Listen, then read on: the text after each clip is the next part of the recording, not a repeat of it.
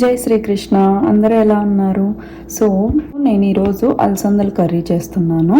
నాకు ఇది most favourite curry. దోశలోకి, చపాతీలోకి, రైస్లోకి చాలా చాలా బాగుంటుంది. నాకు కంటిన్యూస్గా 1 వీక్ పెట్టినా కూడా తింటాను, నాకు అంత ఇష్టము. సో ముందుగా వీటిని గింజలన్నీ ఓవర్ నైట్ సోక్ చేసి పెట్టుకోవాలి. సో నేను ఆల్రెడీ సోక్ చేసి వాటర్ అంతా తీసేసి పెట్టుకున్నాను. సో దానికోసం నేను ఆనియన్ అండ్ టమాటా ఇది కట్ చేసి పెట్టుకుంటున్నాను. దీనికి పేస్ట్ చేసుకోవాలి. అమ్మ వాళ్ళు, అత్త వాళ్ళు ఇద్దరు ఇలానే చేస్తారు.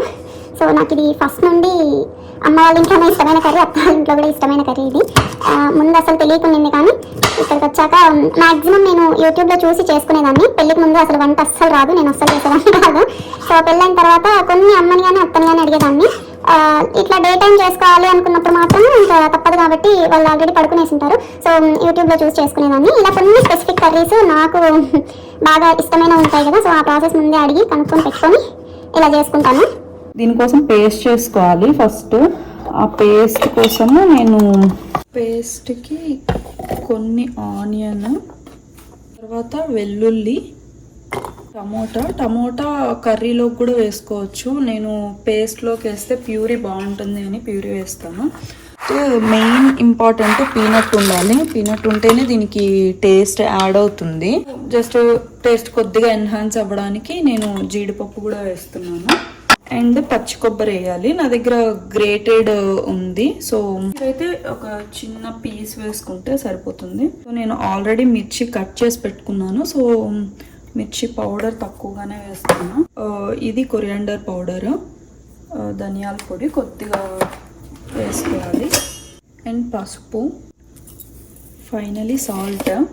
సో ఇవన్నీ మనం కొద్దిగా వాటర్ వేసుకొని గ్రైండ్ చేసేసుకోవాలి. ప్యూరీ రెడీ అయిపోయింది. కర్రీకి పెట్టేసుకుంటున్నాను. ఇది ప్రెషర్ కుక్కర్లో చేసుకుంటే చాలా తొందరగా అయిపోతుంది. ఒక 10 మినిట్స్లో అయిపోతుంది. అండ్ పేస్ట్ చేసుకోవడానికి ఒక 5 మినిట్స్, హార్డ్లీ 15 మినిట్స్లో అయిపోతుంది కర్రీ.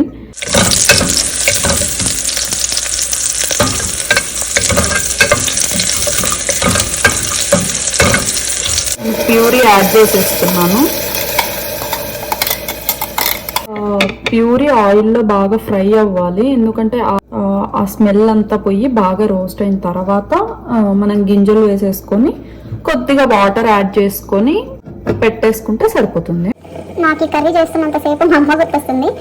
ఎందుకంటే హాస్టల్లో ఉన్నప్పుడు ఇంటికి వస్తున్నానంటే అసలు ఏం చేయాలంటే ఎగ్ కానీ చికెన్ కానీ ఇలా నాన్ వెజ్ ఏమీ అడగను. ఫస్ట్ ఈ కర్రీ చేసి పెట్టమనేదాన్ని, అండ్ దోశ చేసి పెట్టమనేదాన్ని. దోశ ఈ కర్రీ తినాలంటే నాకు చాలా చాలా ఇష్టము. మా అమ్మ యూఎస్ వచ్చిన తర్వాత కూడా ప్రెగ్నెన్సీలో నేను రాగానే ఫస్ట్ చేయించుకున్నది కూడా ఈ కర్రీనే. అంత ఇష్టం నాకు. సో పేస్ట్ అంతా బాగా వేగిపోయింది, ఆయిల్ పైకి వచ్చింది.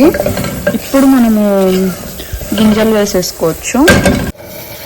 నేనైతే ఒక 1 కప్ తీసుకున్నాను గింజలు. 1 కప్కి ఇప్పుడు చూపించినంత మసాలా వేసుకున్నాను.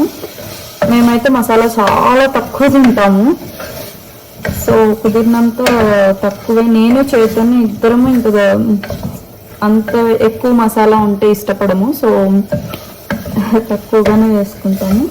అండ్ నేను ఇందులోకి వాటర్ పట్టేసుకున్నాను.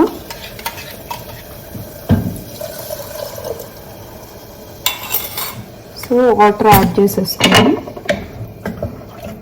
వాటర్ ఇంకా మీకు కావాల్సిన కన్సిస్టెన్సీ. నాకైతే కొద్దిగా చిక్కగా ఉండాలి కర్రీ, అంత పల్చగా ఉంటే నాకు తినాలనిపించదు. సో నేను కొద్దిగా లైట్గానే వాటర్ యాడ్ చేసుకున్నాను. గింజలు నానిన దానిని బట్టి, సో నాకు ఎక్కువగానే నానాయి కాబట్టి మ్యాక్సిమం 4 to 5 విజిల్స్ వస్తే సరిపోతుంది.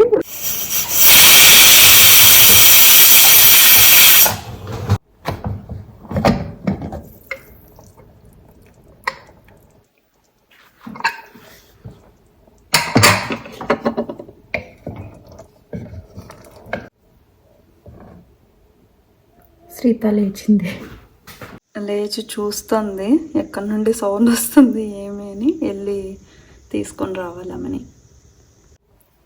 Hi hi, how are you?